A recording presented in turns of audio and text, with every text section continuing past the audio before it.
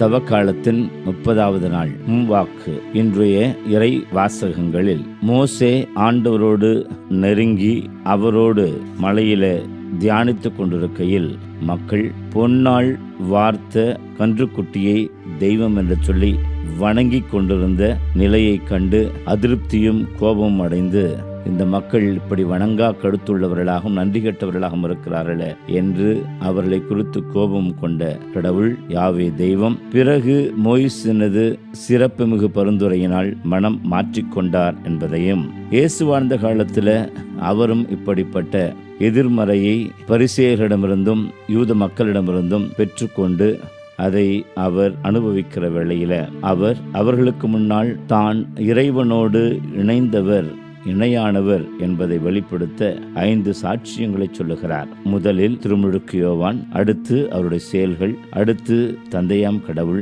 அடுத்து திருமறை நூல், அடுத்து மோசே. ஆனால் இப்படி சான்றுகளை ஒவ்வொன்றாக அடுக்கிச் சொல்லியும் அவர்கள் அவரை ஏற்றுக்கொள்ளவில்லை என்பது அவருக்கு மீண்டும் மீண்டுமான ஒரு அதிருப்தியை கொடுக்கிற வேளையில், நீங்கள் அவர் அனுப்பினவரையும் அவரையும் நம்புவதற்கு தயாராக இல்லை, ஏனென்றால் உங்களிடத்தில் இறை அன்பு இல்லை என்று சொல்லி இஸ்ரேல் மக்கள் செய்த அதே தவறை இப்பொழுதும் செய்து கொண்டிருக்கிறார்கள் என்பதை வெளிப்படுத்துகிற வேளையில், நம்முடைய வாழ்வில் தவக்காலத்தில் நாம் பல நேரங்களில் இறைவனுக்கு நெருக்கமாக இருக்கிறோம்னு சொல்லிக்கொண்டு இறைவனை வெளியிலே துரத்தி வாழுகிற வெற்று நிலையில நம்முடைய வாழ்வு இருக்கிறது என்பதை இக்காலத்தில் சுய மதிப்பீடு செய்து பார்க்கையில நமக்கு தெரிய வரும்.